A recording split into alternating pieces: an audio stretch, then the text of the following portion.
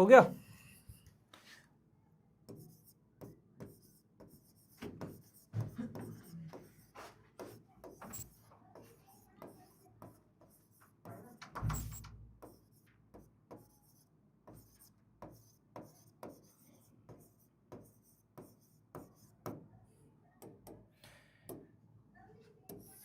तू दिखाई दे अगर थोड़ा तुझसे प्यार मैं कर लूं, जाने जा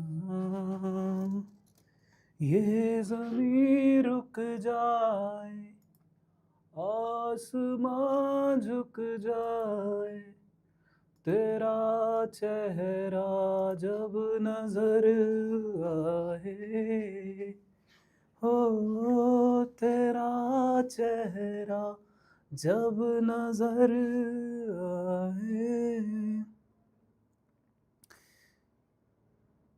भीगी भीगी सड़कों पे मैं तेरा इंतजार करूं, हौले हौले दिल की ज़मीं को अब तेरे ही नाम करूं, खुद को मैं यूं खो दूं के फिर ना कभी पाऊं, हौले हौले दिल की ज़मीं को अब तेरे हवाले करूं, सनम रे तुम्हें। हेलो एवरीवन, क्या हाल चाल है आप सभी के। So welcome welcome welcome back to the session, welcome back to the session, welcome back to the session. Radhe Radhe Radhe Radhe ji सभी को। क्या मेरी आवाज सुनाई और दिखाई दे रही है?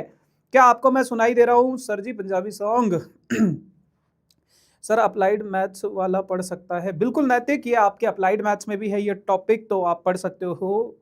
सर ईयरफोन खराब होगा। आदित्य इतनी बेइज्जती क्यों करते हो बेटा? हेलो कुल्लू डॉन, लाल फूल नीला फूल। हेलो सिद्धार्थ जी, क्या हाल चाल है? हेलो हेलो एवरीवन, क्या हाल है बेटा? हम तेरे प्यार में सारा आलम खो बैठे हैं, खो बैठे हैं। चलो जी चलो जी चलो जी, जय बाबा की, जय बाबा की। एक बच्चा लिख रहा है जय बाबा की चुम्मा सर। वाओ यार, ये क्या लिखते रहते हो भाई तुम? कुल्लू डार्लिंग ये सब क्या करते रहते हो? मत क्या करो प्लीज। चलो चलो चलो चलो। सो गाइज, आज हम लोग बात करने वाले हैं अपने एक नए चैप्टर की, जिसका नाम है मैट्रिसेस। एंड ये ग्रेड 12 का सबसे आसान चैप्टर है, सबसे इजी चैप्टर है, बट इसकी वेटेज बहुत ज्यादा है बेटा। इस चैप्टर की वेटेज बहुत ज्यादा है। देखो, दो चैप्टर है आपके पास, एक है मैट्रिसेस, और मैट्रिसेस के बाद जो चैप्टर हम पढ़ेंगे दैट इज डिटर्मिनेंट्स। डिटर्मिनेंट्स, अगर आपको मैट्रिसेस नहीं आता होगा तो बेटा आपको डिटर्मिनेंट भी नहीं आएगा, है ना। मैट्रिसेस आता है तो डिटर्मिनेंट समझने में बहुत आसानी होगी। और ये दोनों कंबाइंड, अगर मैं इनकी वेटेज की बात करूं तो 10 मार्क्स के ये चैप्टर हैं, दोनों के दोनों चैप्टर की वेटेज है 10 मार्क्स की, है ना। और मैट्रिसेस और डिटर्मिनेंट आप ये मान सकते हो कि दो एक ही चैप्टर है, अलग अलग मत कंसिडर करना इनको, एक ही चैप्टर कंसिडर करना। तो मैट्रिसेस को अच्छे से समझना। लगभग 5-6 क्लासेस में हम मैट्रिसेस को खत्म करेंगे, फिर ऐसे ही 5-6 क्लासेस में हम लोग डिटर्मिनेंट को पढ़ेंगे। बट बहुत ज्यादा इजी चैप्टर है, बहुत ज्यादा इजी चैप्टर है, मजा आएगा आपको करने में। आगे चल के थोड़ी जब कैलकुलेशन आएगी तब हमें थोड़ा सा वो लगेगा, अरे यार ये सब क्या करना पड़ रहा है, बहुत बोरिंग सा लग रहा है, लेकिन calculation wise but easy chapter है, बहुत इजी चैप्टर है। इतना इजी है कि तुम्हें बोरिंग लगेगा। कई बार ऐसा भी होता है ना, इजी चीजें बोरिंग लगने। अरे एसी बंद क्यों कर दिया मैंने? चल जा रे भाई, टेम्परेचर कम करना था इसका, गर्मी हो गई यार काफी ज्यादा। ठीक है ठीक है ठीक है। सो एक बच्चे ने कुछ मैसेज लिखा, देखो तो क्या लिखा है। नंद किशोर वर्मा जी कह रहे हैं, हेलो गुल्लू भैया, कल मैंने मैथ्स की ट्रिग्नोमेट्रिक क्लास देखी जिसमें स्टूडेंट ने आपको मैंने उस वीडियो को देखा तो मैं बहुत सैड हो गया। मैं आपसे ये कहना चाहता हूँ कि आप एक जेम पर्सन हो, आपकी वजह से मैं क्लास में कॉन्फिडेंस से बात करता हूँ, और अब मुझे मैथ्स के सवाल बहुत अच्छे लगते हैं। थैंक यू सो मच यार, means a lot, means a lot, means a lot. मतलब थैंक यू सो मच भाई, थैंक यू सो मच। और अगर मैं आपको एक चीज़ बताऊं तो देखो, मेरे लिए पर्सनली अगर मैं अपनी बात करूं, हो सकता है बहुत सारे लोग पैसे को अपनी प्रायोरिटी रखते हो, but I am a kind of person, मैं इस तरह का आदमी हूं ना, मैंने मतलब बचपन में कभी पैसा देखा नहीं है। मतलब मैं अगर किसी दिन आपको अपनी कहानियां सुनाऊंगा कि किस तरीके से मेरा बचपन गुजरा है ना, और अगर मैं जितना अभी मैं कमा रहा हूँ, अच्छा खासा कमा रहा हूँ, ठीक है, बट बचपन से मैंने कभी पैसा देखा नहीं है। और कोई इंसान जब बचपन से पैसा देखता नहीं है ना, तो उसके लिए पैसा बहुत बड़ी प्रायोरिटी बन जाता है कि पैसा कमाना है, पैसा कमाना है, पैसा कमाना है।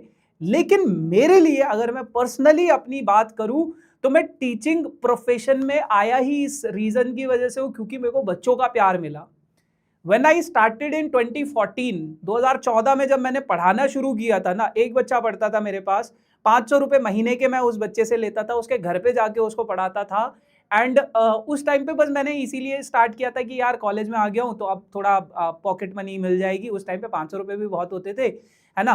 तो ठीक है, मतलब महीने के 500 रुपए मिल रहे हैं, और ठीक है, मतलब चल जाएगा थोड़ा बहुत, कॉलेज वॉलेज का जो भी रहेगा, फीस वीस आना जाना जो भी होगा वो उसमें निकल जाएगा। मैंने सिर्फ इसलिए स्टार्ट किया था, मेरा मतलब कभी ऐसा नहीं था कि मेरे को टीचर ही बनना है, नहीं, एमलेस था। अगर आप मेरे से पूछोगे, एमलेस तो नहीं था, मतलब मेरे को ये था कि मेरे को एनडीए क्रैक करना है या आर्मी में जाना है, सीडीएस क्रैक करना है, तो उसके थ्रू मेरे को इंडियन आर्म्ड फोर्सेस में जाना है। लेकिन टू बी वेरी ऑनेस्ट, जब मैंने 2014 में पढ़ा है, उसके बाद मैंने 2015 में जब मैं कोचिंग्स में गया, पहले मैं होम ट्यूशन पढ़ा रहा था, 2015 में जब मैं कोचिंग में गया, वहाँ पे 15-20 बच्चे बैठे हुए थे। और जब मैंने अपनी पहली क्लास ली, पहली क्लास के बाद जब मैं क्लास से बाहर निकला, तो सभी बच्चों ने मेरे लिए जो तालियां बजाई, उसके बाद मेरे को ऐसा लगा कि यार आर्मी तो ठीक है मेरी फर्स्ट प्रायोरिटी, लेकिन अगर वो नहीं होता है एनी हाउ, तो मेरे को टीचर ही बनना है। क्यों? क्योंकि उस दिन मेरे को वो प्यार दिखा, उन बच्चों की आंखों में, उन बच्चों की तालियों में वो प्यार दिखा मेरे को। एंड उसके बाद तो मतलब यही है।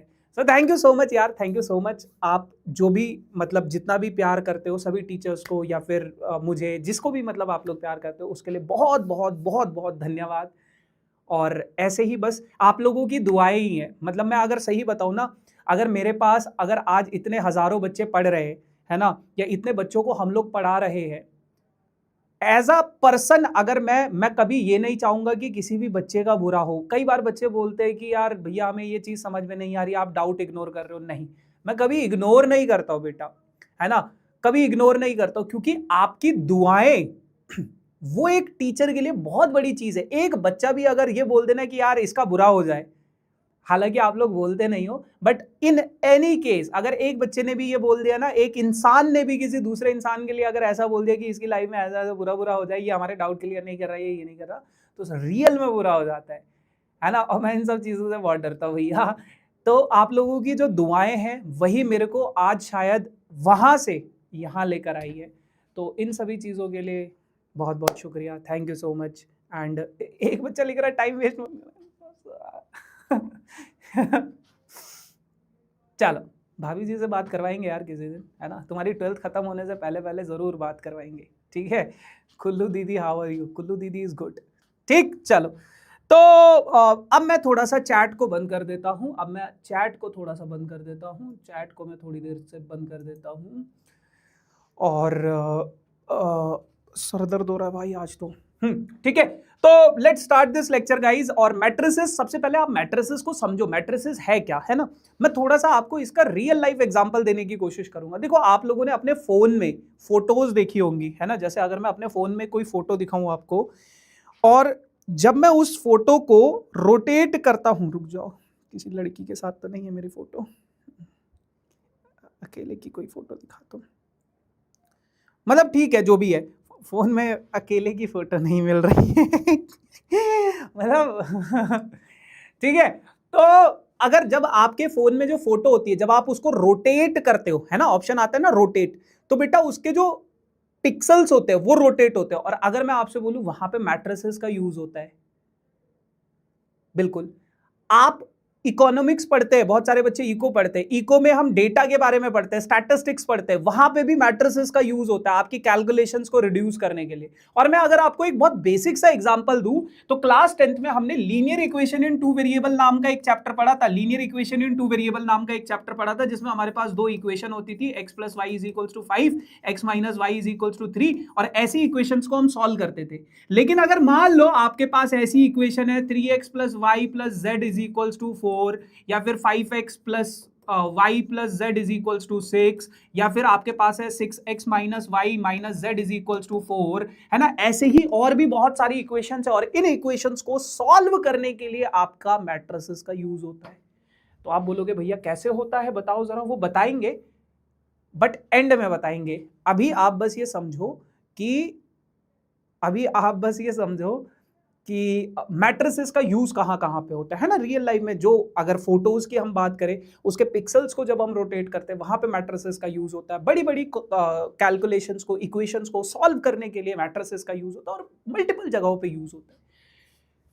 अब अगर मैं बात करूं कि इस चैप्टर में हमारे पास क्या क्या चीजें हैं, बहुत सारे टॉपिक्स हमें पढ़ने। सबसे पहले अपन लोग मैट्रिक्स की डेफिनेशन पढ़ेंगे, फिर हम टाइप्स ऑफ मैट्रिसेस को देखेंगे, फिर हम दो मैट्रिक्स इक्वल कब होती है इनकी इक्वालिटी को पढ़ेंगे। आज की क्लास का हमारा जो मेन एजेंडा होगा ये दो टॉपिक्स रहेंगे, बाकी इसमें देखेंगे अगर टाइम बचता है तो इसको भी करेंगे। फिर हम मैट्रिक्स का ऑपरेशन करेंगे। ऑपरेशन का मतलब होता है बेटा एडिशन या फिर सब्ट्रैक्शन ऑफ मैट्रिक्स, ठीक है। और उसके अलावा मल्टीप्लीकेशन भी पढ़ेंगे, डिवीजन नहीं पढ़ेंगे हम लोग। तो ऑपरेशन में ये चीज, फिर transpose, symmetric, invertible matrix, miscellaneous problems, ये सारी की सारी चीजें हम इस पूरे के पूरे चैप्टर में डिस्कस करने वाले, ठीक है। एंड अगेन गाइज, अगर आपको ये चैप्टर नहीं आएगा तो आपको डिटर्मिनेंट भी नहीं आएगा, और आपके 10 मार्क्स जो बहुत ज्यादा इजी है वो 0 हो जाएगा, ठीक। चल, तो सबसे पहले आप लोग हेडिंग डाल लो और यहां पे लिख लो बेटा मैट्रिक्स। मैट्रिक्स होता क्या है ये यहां पे लिख लेते हैं इसको, मैट्रिक्स। मैट्रिक्स की डेफिनेशन हम पढ़ते हैं, ठीक है। तो सबसे पहले अपन इसकी डेफिनेशन को समझेंगे कि मैट्रिक्स का मतलब क्या होता है। मैट्रिसेस, मैट्रिसेस, मैट्रिसेस, कोई कोई मैट्रिसेस बोलता है, कोई कोई मैट्राइसेस बोलता है, जिसको जो मन में आता है वो बोल देता है। मतलब जो आपको अच्छा लगे वो आप बोल सकते हो। अगर मैं इसकी डेफिनेशन की बात करूं बेटा, matrix is a rectangular array. Matrix क्या है? एक रेक्टेंगुलर एरे है। Matrix is a rectangular array, ठीक है, एरे। मैट्रिक्स एक तरह का रेक्टेंगुलर एरे है। मतलब क्या है भैया इसका रेक्टेंगुलर एरे का मतलब क्या है? अगर मैं इसको थोड़ा और डिटेल में समझाने की कोशिश करूं तो मैट्रिक्स इज अ रेक्टेंगुलर, या फिर इसको थोड़ा और इजी भाषा में लिखने की कोशिश करूं, matrix is an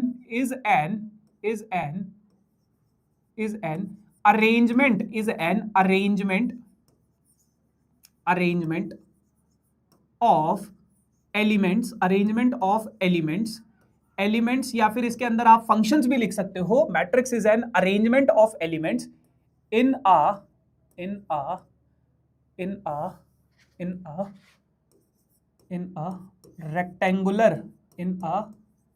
rectangular array, ठीक है। मैट्रिक्स क्या है?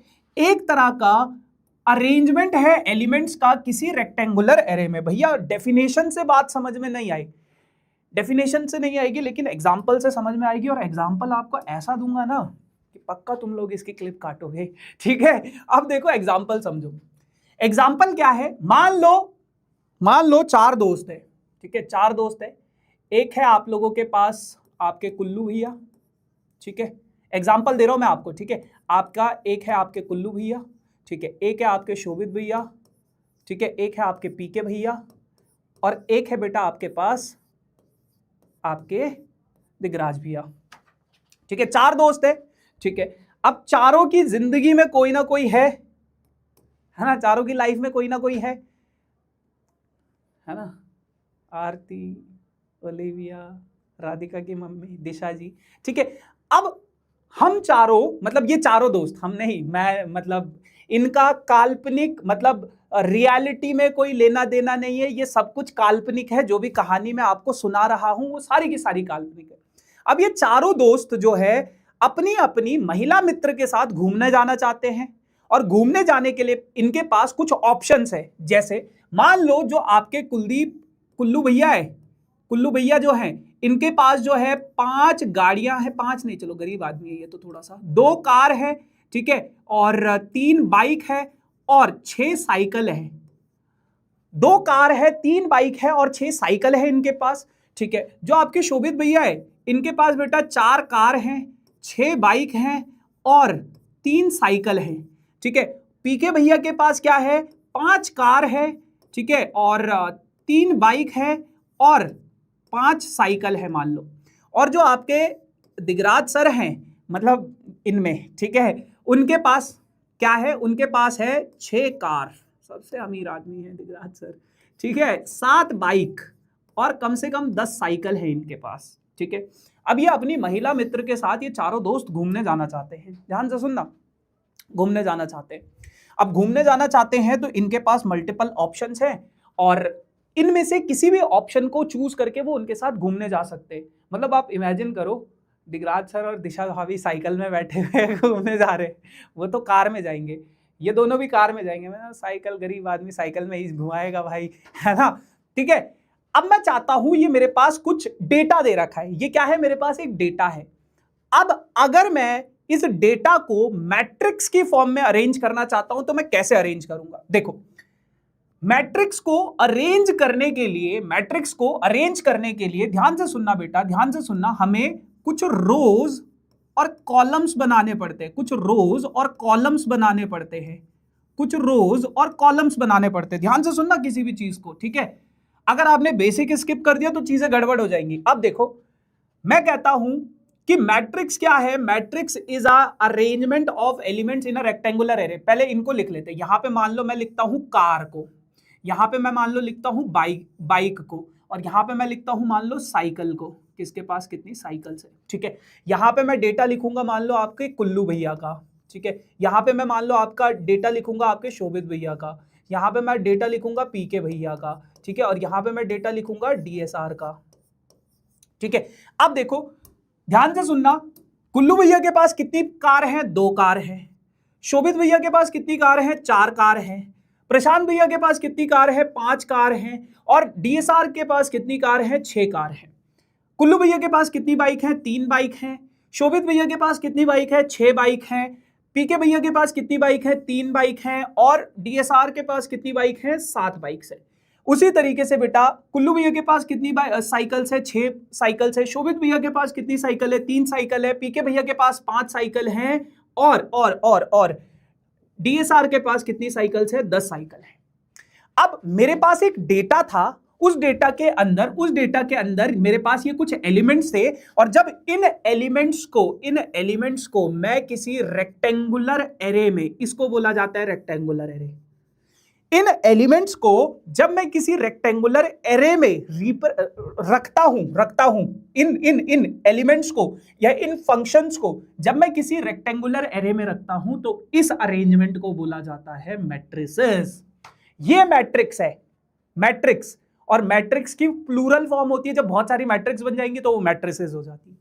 तो मैट्रिक्स क्या है, the arrangement of elements in a rectangular array. किसी रेक्टेंगुलर एरे में जब हम एलिमेंट्स को अरेंज करते हैं तो उसे क्या बोला जाता है, मैट्रिक्स बोला जाता है।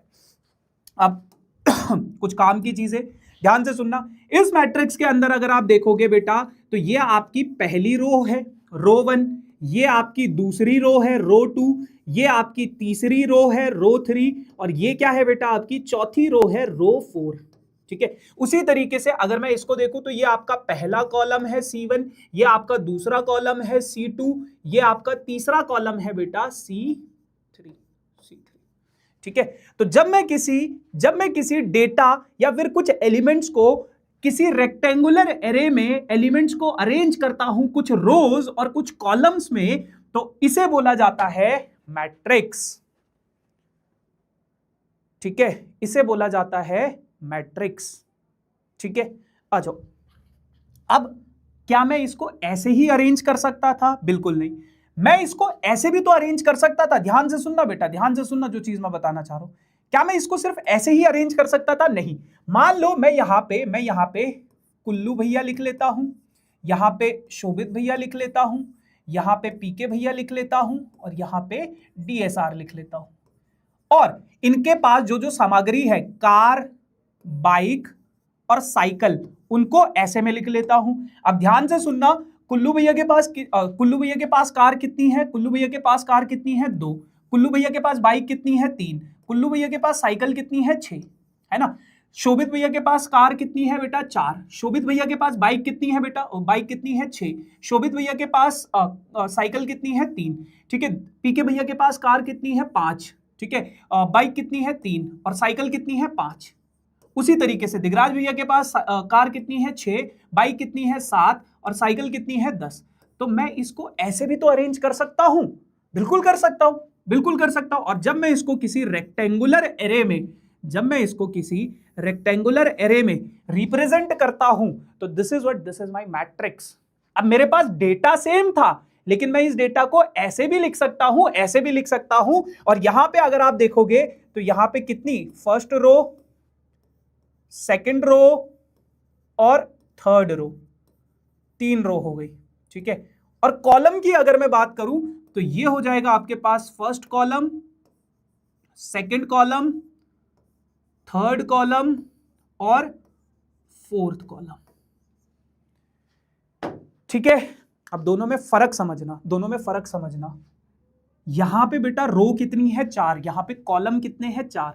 यहां पे कॉलम कितनी है? 3। यहां पे रो कितनी है? 3।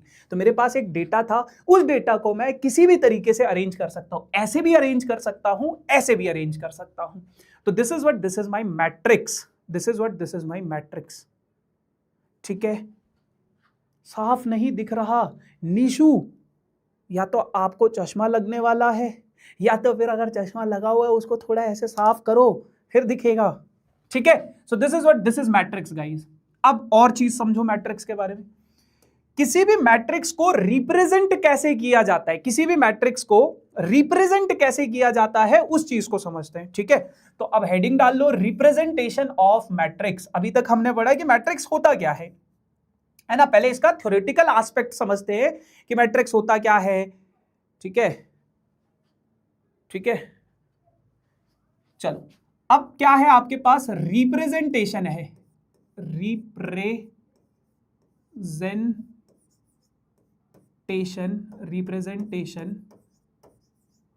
ऑफ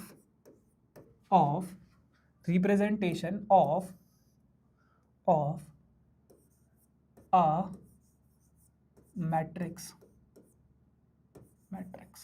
किसी भी मैट्रिक्स को आप रिप्रेजेंट किस तरीके से करते हो, उस चीज को समझते हैं। ध्यान से सुनना, किसी भी मैट्रिक्स को रिप्रेजेंट कैसे किया जाता है, ध्यान से सुनना। 2 तरीके से रिप्रेजेंट करेंगे। देखो, सबसे पहले तो हमारे पास एक मैट्रिक्स होती है ए। अब इस मैट्रिक्स के अंदर कुछ एलिमेंट्स होंगे बेटा, इस मैट्रिक्स के अंदर कुछ एलिमेंट्स होंगे। मान लो यहाँ पे है A11, फिर A12, फिर A13। ठीक है। और ऐसे करते करते आगे तक कुछ और एलिमेंट्स होंगे। फिर ऐसे ही होगा बेटा A21, A22, A23 और ऐसे ही करते करते कुछ और एलिमेंट्स होंगे। फिर ऐसे ही करते करते बेटा नीचे तक भी होंगे। अब मैं यहाँ पे ना आपको कुछ चीजें बताना चाहता हूँ, उसको ध्यान से समझना। देखो, अगर मैं अपनी इस मैट्रिक्स की बात करूं, सिर्फ इस मैट्रिक्स की बात करूं, इस मैट्रिक्स में बेटा रोज कितने हैं? टोटल कितनी रोज हैं? टोटल कितनी रोज हैं? 3। इस मैट्रिक्स में बेटा कॉलम कितने हैं? कॉलम है 4। ठीक है। रोज कितनी है? 3 और कॉलम कितने हैं? 4। ठीक है। अब ये जो फर्स्ट रो, ये क्या है?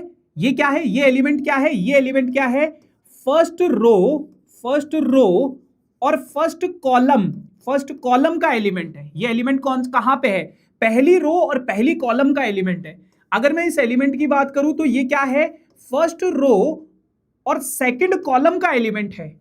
ये क्या है बेटा? फर्स्ट रो और थर्ड कॉलम का एलिमेंट है। ये क्या है बेटा?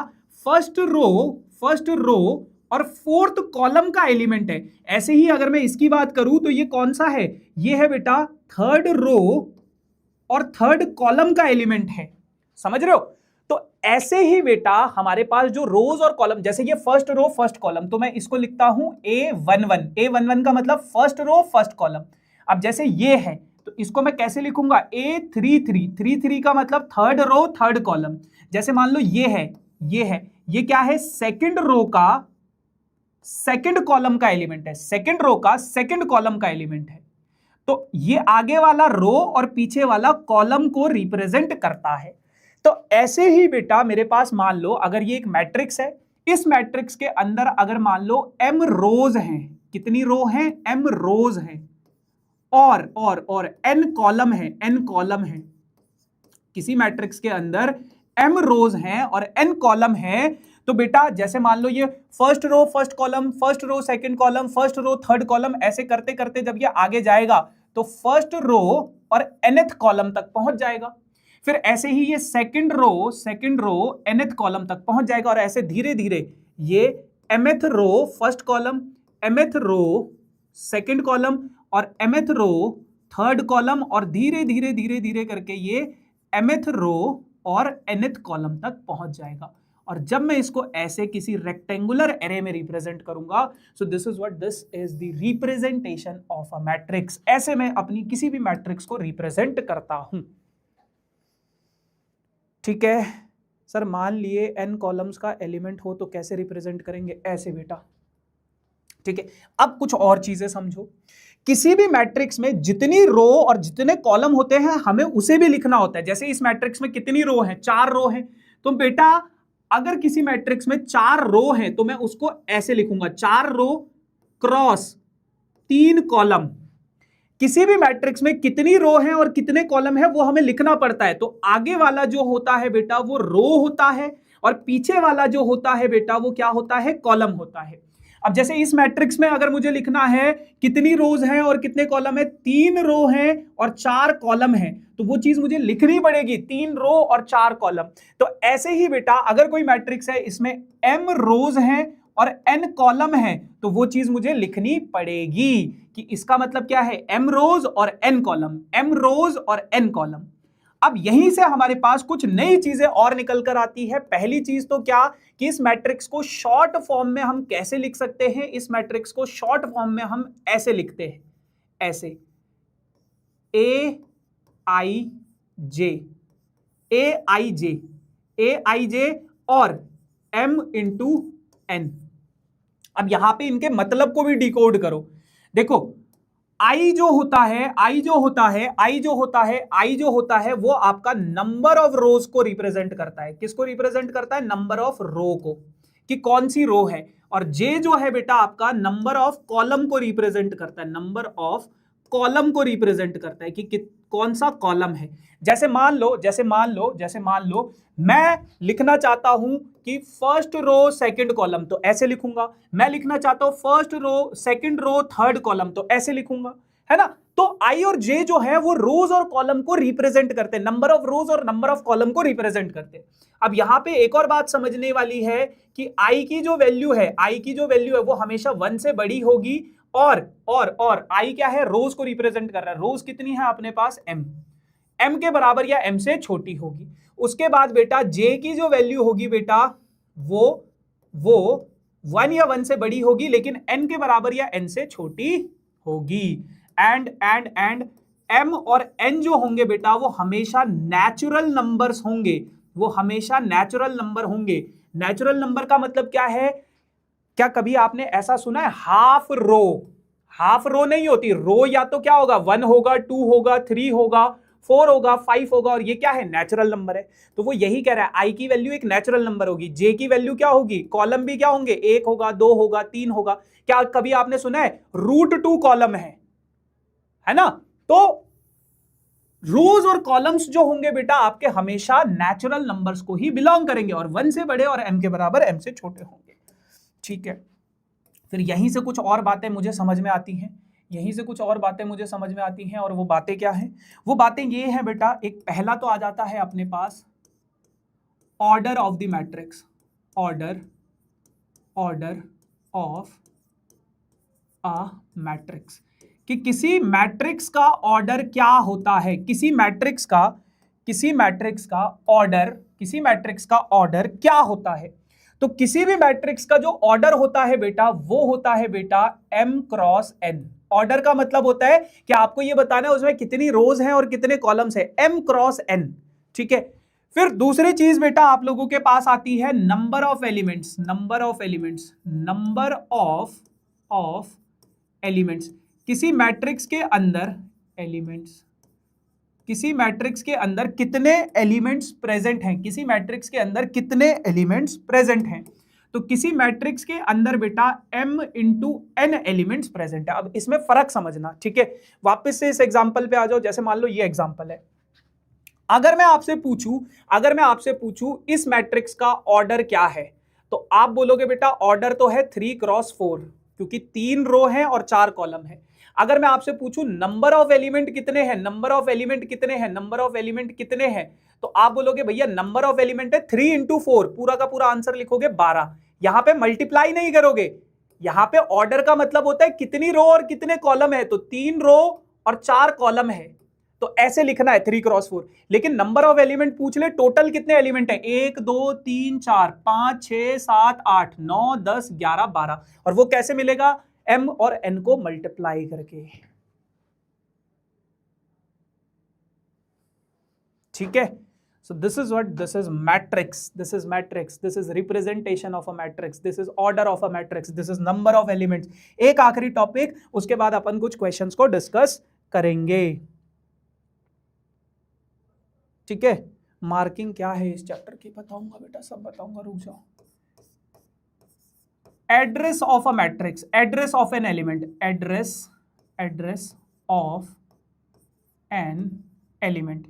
किसी एलिमेंट का एड्रेस क्या होता है, किसी एलिमेंट का एड्रेस क्या होता है। एड्रेस ऑफ एलिमेंट होता है कि मतलब उसकी कौन सी रो है और कौन सा कॉलम है। जैसे मान लो मैं निकालना चाहता हूं सेकंड रो फर्स्ट कॉलम में कौन सा एलिमेंट है। जैसे इस मैट्रिक्स में मैं जानना चाहता हूं second row first column, second row first column का एलिमेंट कौन सा है, तो आप लिखोगे 3।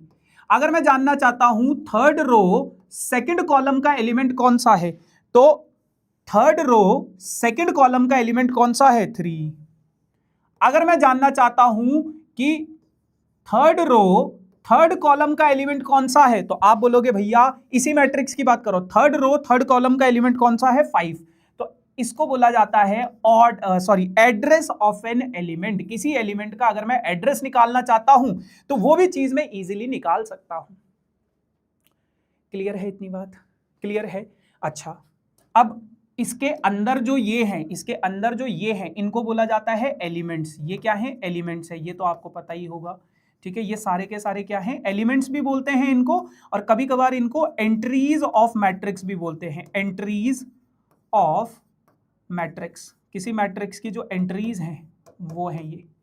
क्लियर है इतनी बात, क्लियर है इतनी बात। चलो, तो रिप्रेजेंटेशन ऑफ अ मैट्रिक्स में order of a matrix, number of elements, address of an element, इस तरीके से हम निकालते हैं। ये चीज़ें हैं, इस तरीके से ये आपका मैट्रिक्स होता है। मैं एक बार फिर दोबारा से रिवाइज करवा देता हूँ। मैट्रिक्स क्या होता है बेटा, एक अरेंजमेंट होता है एलिमेंट्स का किसी रेक्टेंगुलर एरे में। जैसे मैंने आपको एक एग्जाम्पल देके समझाया, इसको मैं ऐसे भी लगा सकता हूँ, ऐसे भी समझा सकता हूँ, ठीक है। फिर मैंने बताया मैट्रिक्स को रिप्रेजेंट कैसे करते, ऐसे करते। कई बार मैट्रिक्स को ऐसे रिप्रेजेंट किया जाता है, फिर उसके अंदर order, number of element, address of element, इस तरीके से पूछा जाता है। क्लियर। अच्छा, अब इसके ऊपर कुछ सवाल देखते हैं। जैसे मान लो पहला सवाल है आपके पास ये, अब ध्यान से सवाल को समझना और फिर मतलब समझना कि क्या बोल रहा है वो। कह रहे कंस्ट्रक्ट अ 2 क्रॉस 2 मैट्रिक्स। जो चीजें जरूरी है अपने लिए उसको ऐसे कर दो। कंस्ट्रक्ट 2 क्रॉस 2 मैट्रिक्स ए, जो कि इसके बराबर है वूज एलिमेंट ए आई जे, जो है वो इसके बराबर है। सवाल को समझो, सवाल में क्या बोला गया, आप एक बार रीड करो। उसने बोला एक मैट्रिक्स कंस्ट्रक्ट करो, एक मैट्रिक्स बनाओ जो 2 क्रॉस 2 की हो, यानी कि उसके अंदर रो भी 2 हो और कॉलम भी कितने हो, 2 हो।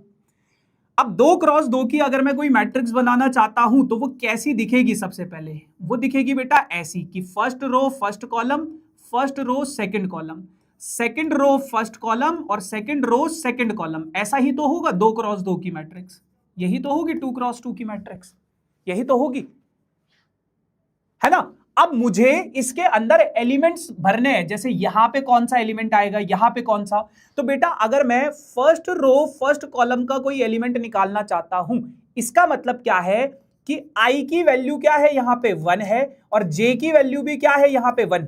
इसका मतलब यही है ना आई जे। तो अब अगर मैं इस इक्वेशन के हिसाब से आई की जगह पे 1 माइनस 2 इंटू जे की जगह पे 1 रखूंगा, इसका स्क्वायर करूंगा डिवाइडेड बाई 2 कर दूंगा, तो इसको सॉल्व करो। 1 माइनस 2 का होल स्क्वायर डिवाइडेड बाई 2 और ये माइनस 1 का स्क्वायर हो जाएगा 1/2।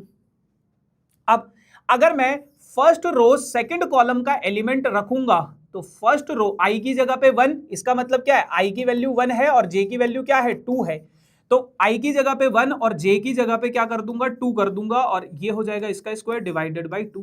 तो ये हो जाएगा 1 माइनस 2 इंटू 2 4, इसका स्क्वायर डिवाइडेड बाई 2, यानी कि -3 का स्क्वायर कितना हो जाएगा 9/2। फिर ऐसे ही बेटा मैं सेकंड रो फर्स्ट कॉलम, देखो ये दो एलिमेंट तो मुझे मिल गए, सेकंड रो फर्स्ट कॉलम का एलिमेंट निकालने की कोशिश करूं। अब इसका मतलब क्या है आई का वैल्यू 2 है और जे का वैल्यू क्या है 1।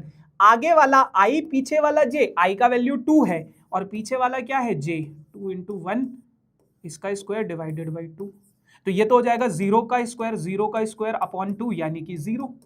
ठीक है, फिर अगर मैं a22 निकालू यानी कि i का वैल्यू भी 2 और j का वैल्यू भी 2, तो ये क्या हो जाएगा i का वैल्यू 2 माइनस j का वैल्यू क्या हो जाएगा 2 इंटू 2 और इसका स्क्वायर डिवाइडेड बाई 2 यानी कि 2 माइनस 4 कितना हो जाएगा,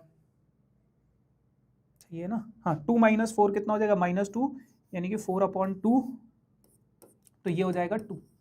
तो अब मुझे सारे के सारे एलिमेंट्स मिल गए, तो इसका मतलब मेरी जो मैट्रिक्स थी वो कैसी है, वो है बेटा फर्स्ट रो फर्स्ट कॉलम पे कौन सा एलिमेंट आएगा 1/2, फर्स्ट रो सेकंड कॉलम पे कौन सा एलिमेंट आएगा 9/2, सेकंड रो फर्स्ट कॉलम पे कौन सा एलिमेंट आएगा 0, सेकंड रो सेकंड कॉलम पे कौन सा एलिमेंट आएगा 2। तो दिस इज माई 2x2 की matrix, this is my 2x2 की मैट्रिक्स। क्लियर नहीं भी क्लियर, आप एक बारी ये वाला सवाल ट्राई करो, ये वाला क्वेश्चन ट्राई करो। आपको एक 2x3 की मैट्रिक्स बतानी है, आप बनाओ और जिसमें आई जे क्या है, ए आई जे क्या है, इसके बराबर है। तो 2x3 की मैट्रिक्स का मतलब क्या है, रो कितनी है 2 है, कॉलम कितने हैं 3 है। तो 2x3 की मैट्रिक्स जो बनेगी आपकी, मैं एक काम करता हूं इसको यहीं पे बना देता हूं, यहीं पे 2x3 की जो मैट्रिक्स बनेगी वो कुछ ऐसी बनेगी, first row first column, first row second column, 3 column होने चाहिए ना, फर्स्ट रो थर्ड कॉलम, फिर second row first column, second row second column, second row third column. बनाओ जरा फटाफट से बनाओ। दिस इज योर 2x3 की एक मैट्रिक्स, आई और जे निकालो। फिर मैं आपसे पूछूंगा कि इस प्लेस पे कौन सा एलिमेंट है, इस प्लेस पे कौन सा एलिमेंट है, तो आप बताना फिर मुझे, ठीक है। करो फिर I will public the chat, ठीक है। कांधे पे सूरज टिका के चला तू।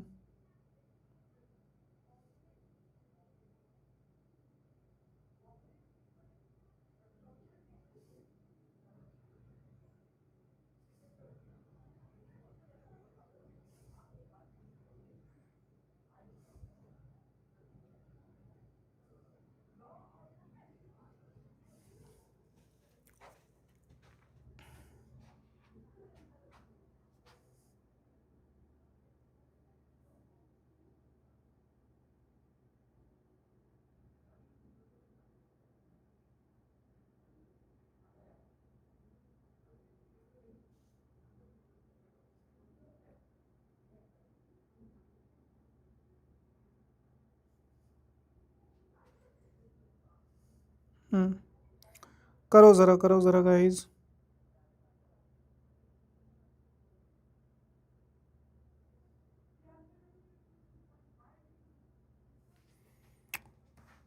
ठीक है, देखो मैं बस एक करके आपको बता रहा हूं, फिर उसके आगे आप सारा कुछ खुद करना भाई। मान लो मुझे फर्स्ट रो फर्स्ट कॉलम का एलिमेंट निकालना है, फर्स्ट रो फर्स्ट कॉलम का एलिमेंट। अब इसका मतलब क्या है, आई भी 1 है, जे भी क्या है 1 है, I1 J1 यानी कि आई की जगह पे 1 माइनस जे की जगह पे 1 डिवाइडेड बाई आई की जगह पे 1 जे की जगह पे 1 यानी कि 0/2 हो जाएगा 0। ऐसे ही आप सभी एलिमेंट्स को निकालोगे, तो जो आपकी मैट्रिक्स बनेगी वो कैसी बनेगी वो आप मुझे बताना। तो पहले प्लेस पे तो आ जाएगा 0, फर्स्ट रो फर्स्ट कॉलम के इस प्लेस पे तो आ जाएगा 0। ठीक है, अब इसके आगे आप बनाओ, उसके बाद मुझे अब जो चीज मैं पूछूंगा वो आप लोग मुझे बताना। जैसे ही चैट ओपन होगी तो अब आप लोग मुझे बताओ फर्स्ट रो सेकंड कॉलम पे कौन सा एलिमेंट है, फर्स्ट रो सेकंड कॉलम पे कौन सा एलिमेंट है। ठीक है, फर्स्ट रो सेकंड कॉलम पे कौन सा एलिमेंट है, यहां पे कौन सा एलिमेंट आएगा, बताओ बताओ बताओ बताओ। फर्स्ट रो सेकंड कॉलम पे कौन सा एलिमेंट आएगा।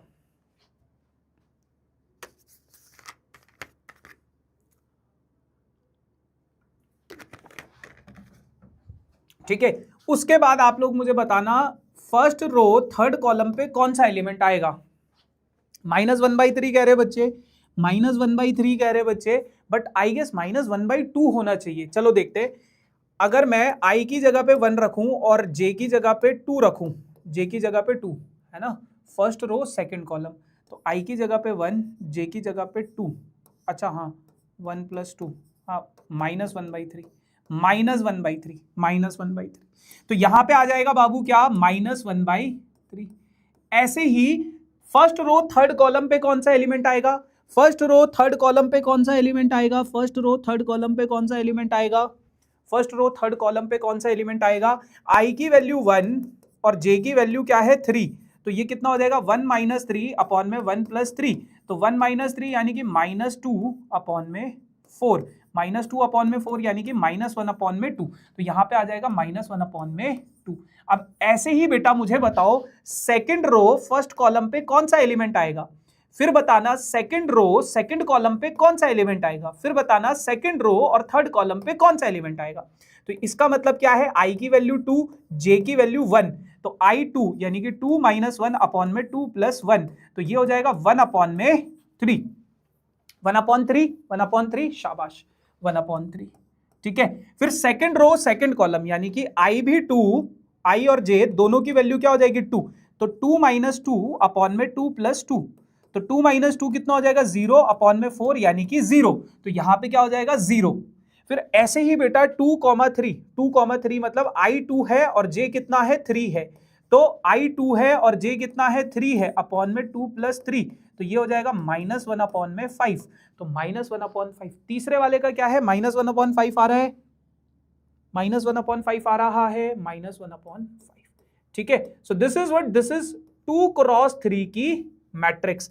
अब बेटा अगर कोई मुझसे इसका ऑर्डर पूछ ले, ऑर्डर क्या है इस मैट्रिक्स का, ऑर्डर है बेटा 2 × 3, और कोई अगर मुझसे ये पूछ ले कितने एलिमेंट्स हैं, टोटल एलिमेंट्स कितने हैं, एलिमेंट्स कितने हैं इसमें, नंबर ऑफ एलिमेंट्स कितने हैं, तो 2 × 3 कितना हो जाता है, 6 हो जाता है। यहां तक समझ में आया, एक बारी बता दो मुझको, अच्छा लगेगा। यहां तक समझ में आया क्या, एक बारी बता दो बेटा मुझको, यहां तक समझ में आया क्या, is this clear to you, समझ में आया क्या, ऑलरेडी डन, ग्रेट, सुपर्ब। अगर ये बात समझ में आई लाला, तो अब मुझे जरा इसका आंसर बताओ। ये आपके पास एक मैट्रिक्स दी गई है, कह रहा है A इज अ मैट्रिक्स, आपके पास एक मैट्रिक्स दी गई है A जो कि है इसके बराबर। सबसे पहले right the order of A, तो इस मैट्रिक्स का ऑर्डर जरा कमेंट सेक्शन में बताओ, इस मैट्रिक्स का ऑर्डर जरा आप लोग कमेंट सेक्शन में बताओ, इस मैट्रिक्स का ऑर्डर जरा आप लोग कमेंट सेक्शन में बताओ। तरररा सिंपल, इस मैट्रिक्स का ऑर्डर जरा आप लोग कमेंट सेक्शन में बताओ। ऑर्डर क्या है, ऑर्डर क्या है इस मैट्रिक्स का,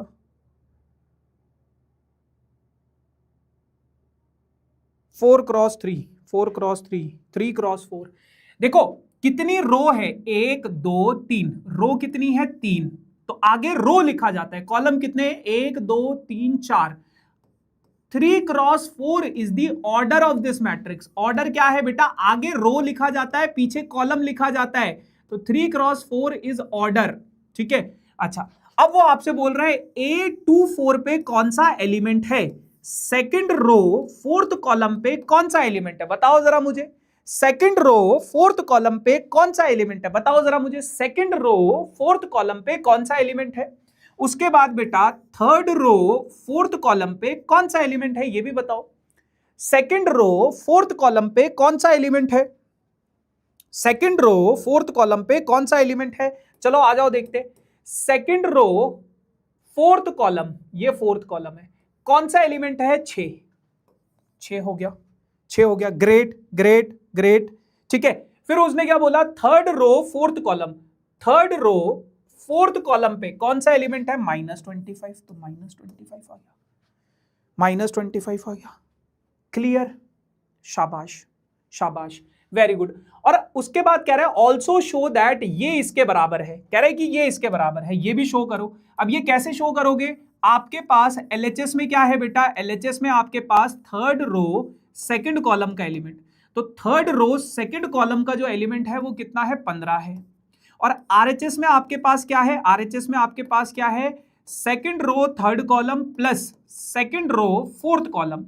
तो second row third column, second row third column पे कौन सा एलिमेंट है बेटा? 9। और सेकंड रो फोर्थ कॉलम पे कौन सा एलिमेंट है बेटा? 6। तो 9 और 6 कितना हो जाएगा? 15। ये भी 15, ये भी 15, तो hence LHS is equals to, हो गया। सिंपल है, कोई मतलब ऐसा कुछ था ही नहीं इसमें। ठीक है, अब चलो, अब एक सवाल और, एक सवाल और। ये सवाल है, ये सवाल है, ये सवाल है। ये सवाल क्या कहता है? ये सवाल कहता है consider the following information regarding the number of main and women worker in 3 factories 1 2 3। कह रहे कि आपके पास ये एक डेटा दिया गया है, इस डेटा के हिसाब से, इस डेटा के हिसाब से, इस डेटा के हिसाब से 3 फैक्ट्री है बेटा, पहली factory, second factory, third factory. 3 factory में, पहली फैक्ट्री में मेन वर्कर कितने हैं? 30, वुमेन वर्कर कितनी है? 25। सेकंड फैक्टर में आदमी कितने हैं? 25, वुमेन कितनी है? 31। थर्ड फैक्ट्री में आदमी कितने हैं? 27 और औरतें कितनी हैं? 26, बेचारा एक। ठीक है ठीक है, तो अब आपको इस डेटा को 3x2 की एक मैट्रिक्स बनानी है, 3x2 की एक मैट्रिक्स बनानी है। 3x2 का मतलब क्या है? रो 3 होनी चाहिए और कॉलम क्या होना चाहिए? 2 होने चाहिए। तो अगर मैं इसको 3x2 की मैट्रिक्स बनाना चाहता हूं तो मान लो ये आपके पास कोई मैट्रिक्स है A, 3x2 की मैट्रिक्स यानी कि रो कितने होने चाहिए? 3।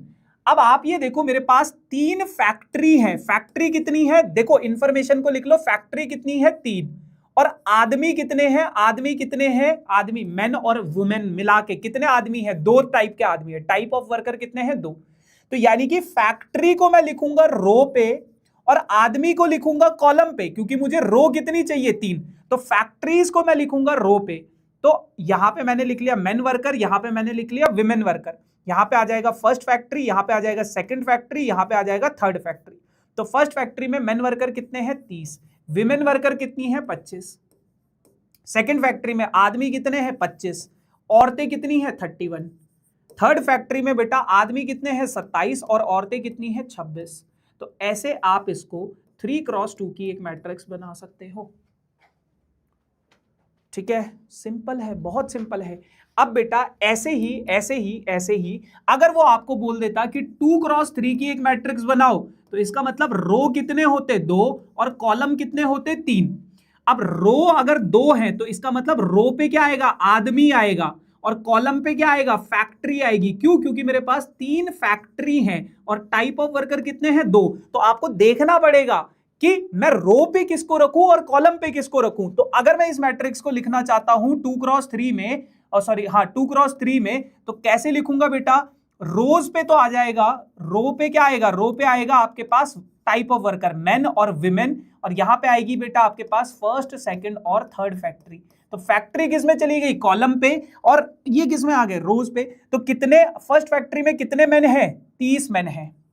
सेकंड फैक्ट्री में कितने मैन है? 25 मैन है, 25। थर्ड फैक्ट्री में कितने मैन है? 27, तो 27। फर्स्ट फैक्ट्री में कितनी वीमेन्स हैं? 25। सेकंड फैक्ट्री में कितनी औरतें हैं? 31। थर्ड फैक्ट्री में कितनी औरतें हैं? 26। तो ऐसे बेटा आप इसको 2x3 की फॉर्म में भी बना सकते हो, कैसे भी बना सकते हो। क्लियर? ठीक है, ठीक है, ठीक है। अब उसने पूछा है represent the above information, what does the entry in the third row and second column, तो थर्ड रो और सेकंड कॉलम पे कौन सी एंट्री है, तो उसको बताना है 26, मतलब विमेन्स को थर्ड फैक्ट्री में कितनी विमेन वर्कर हैं उसको रिप्रेजेंट कर रहा है।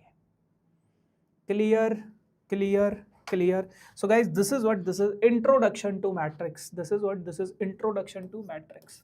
तो अब आपके पास, आपको समझ में आ गया मैट्रिक्स को रिप्रेजेंट कैसे करते हैं, मैट्रिक्स के अंदर कितने एलिमेंट्स होते हैं। अब जैसे ये सवाल है, इसको आप इजीली कर सकते हो, ये आपका होमवर्क क्वेश्चन है, ये आपका होमवर्क क्वेश्चन है, करना इसको इजीली, ठीक है, इसको आप आसानी से कर सकते हो।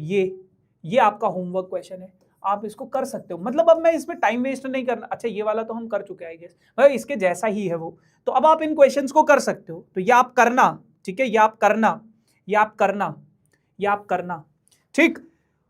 अब उसके बाद बेटा हम लोग इक्वालिटी ऑफ मैट्रिक्स को समझते हैं थोड़ा सा, इक्वालिटी ऑफ मैट्रिक्स, फिर उसके बाद बस मैं छुट्टी कर, बस इक्वालिटी ऑफ मैट्रिक्स पढ़ लो उसके बाद छुट्टी कर, कि कोई दो मैट्रिक्स कब इक्वल होती है।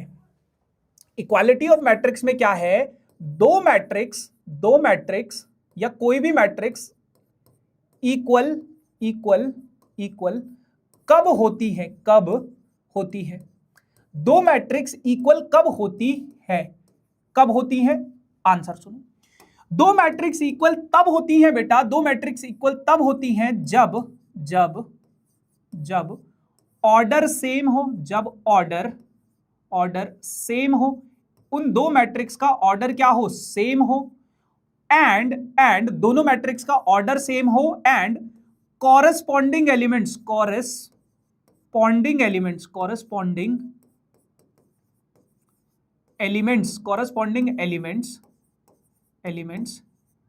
इक्वल हो, कॉरेस्पॉन्डिंग एलिमेंट्स क्या हो, इक्वल हो।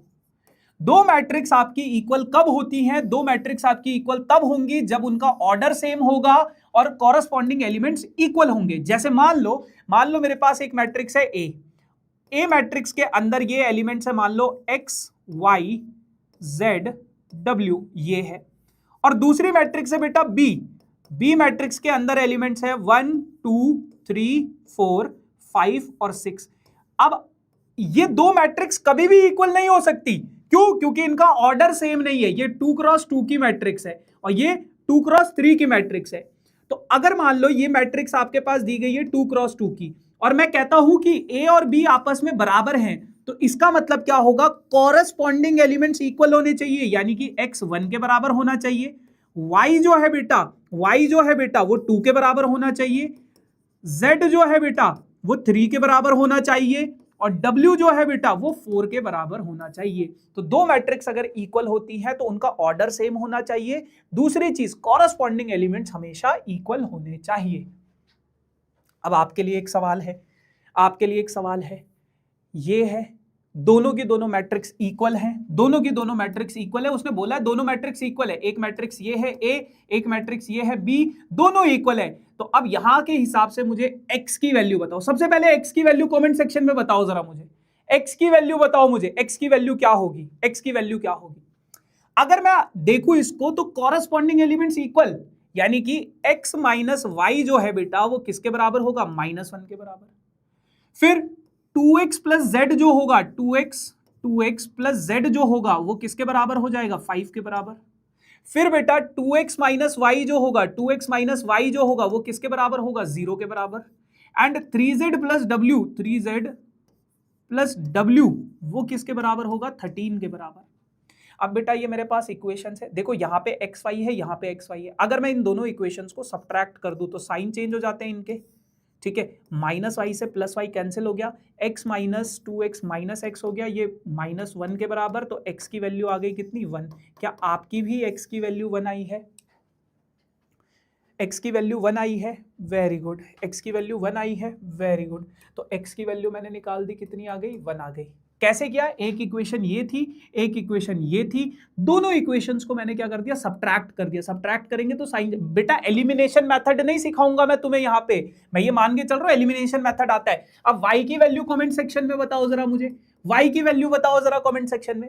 x जैसे ही मुझे पता चला तो x माइनस वाई जो है -1 के बराबर है, तो x की वैल्यू कितनी है, 1 है, minus y is equals to -1 है, -1 इधर, इसको इधर भेजोगे तो 1 + 1 इज इक्वल्स टू वाई, यानी कि वाई की वैल्यू आ गई कितनी 2। क्या आपकी भी वाई की वैल्यू 2 आ रही है? बिल्कुल, शाबाश शाबाश। y की वैल्यू अगर 2 है तो अब ऐसे ही बेटा आप लोग मुझे z की वैल्यू बताओ। z की वैल्यू क्या है? z की वैल्यू क्या है? z की वैल्यू बताओ, z की वैल्यू बताओ। अब देखो 2x plus z, 2x plus z किसके बराबर है? 5 के बराबर है। x की वैल्यू आपने निकाली 1 प्लस z की वैल्यू हमें निकालनी है, तो ये क्या हो जाएगा 2 plus z is equals to 5, यानी कि z की वैल्यू आ जाएगी 5 माइनस 2, और 5 माइनस 2 कितना हो जाता है बाबू? 3। तो z की वैल्यू भी आ गई 3, z की वैल्यू भी आ गई 3। शाबाश, very good very good very good, z की वैल्यू भी आ गई 3। अब z की वैल्यू अगर 3 है तो w की वैल्यू भी बताओ मुझे। फिर z की वैल्यू अगर 3 है तो w की वैल्यू भी निकाल के बताओ, w की वैल्यू भी निकाल के बताओ। तो अगर मैं अपनी इस आखिरी इक्वेशन को देखूं तो 3z plus w is equals to 13 है। तो z की वैल्यू अभी अभी आपने निकाली 3 plus w is equals to 13, तो ये हो जाएगा 9 plus w is equals to 13। तो 9 को उधर भेजूंगा तो w की वैल्यू आ जाएगी 13 माइनस 9, तो w की वैल्यू आ जाएगी 4, तो w की वैल्यू आ जाएगी 4। क्लियर क्लियर, आ जाओ आ जाओ। हाँ बस, अच्छा ठीक है, बस मेरा भी खत्म हो गया है। ठीक है ठीक है, तो x की वैल्यू आ गई 1, y की वैल्यू आ गई 2, z की वैल्यू आ गई 3 और w की वैल्यू आ गई 4।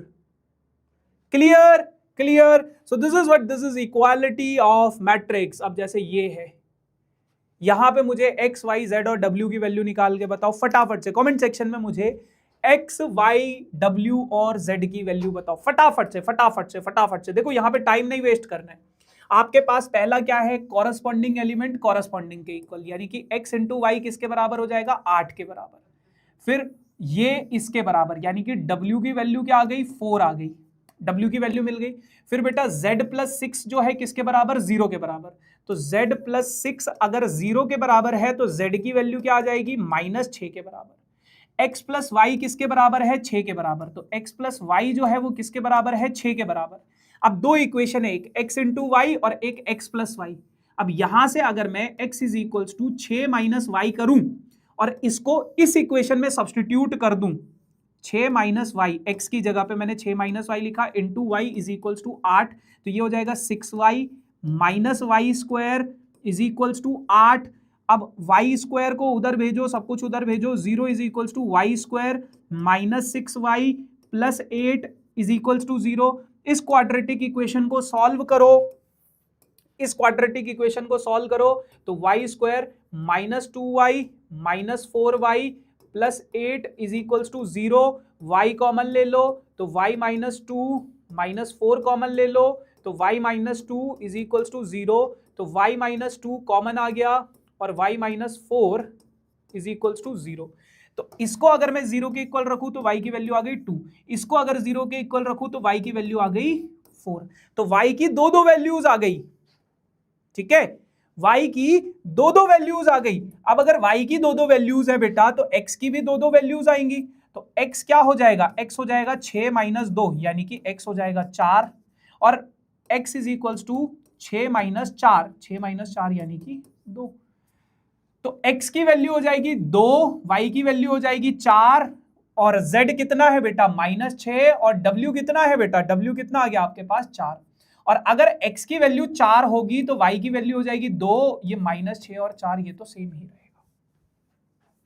क्लियर है इतनी बात? क्लियर है इतनी बात? ठीक है, ठीक है जी, ठीक है जी। क्या आपको ये बात समझ में आई? क्या आपको ये बात समझ में आई? क्या आपको ये बात समझ में आई? अगर ये बात समझ में आई तो आज की इस क्लास का ये तो सिमिलर टाइप ऑफ क्वेश्चन है, ये अब आप लोग कर लेना, ठीक है। तो बहुत है आज के लिए, है ना, बहुत है आज के लिए। तो आज हमने क्या पढ़ा? आज हमने कुछ चीज़ें पढ़ी हैं, कुछ चीज़ें डिस्कस करी हैं। आज हमने मैट्रिक्स को समझा कि मैट्रिक्स होता क्या है, उसके बाद मैट्रिक्स किस तरीके से रिप्रेजेंट किया जाता है, उसके बाद बेटा इक्वालिटी ऑफ मैट्रिक्स, दो मैट्रिक्स इक्वल कब होती हैं। क्लियर है? क्लियर है? कोई दिक्कत किसी को? भैया एक डाउट है कि अगर जिस इंसान के पास 2 कार हैं उसको गरीब कहते हैं तो फिर बाकी लोगों के कंपैरिजन में बोल रहा था मैं। ठीक है, चलो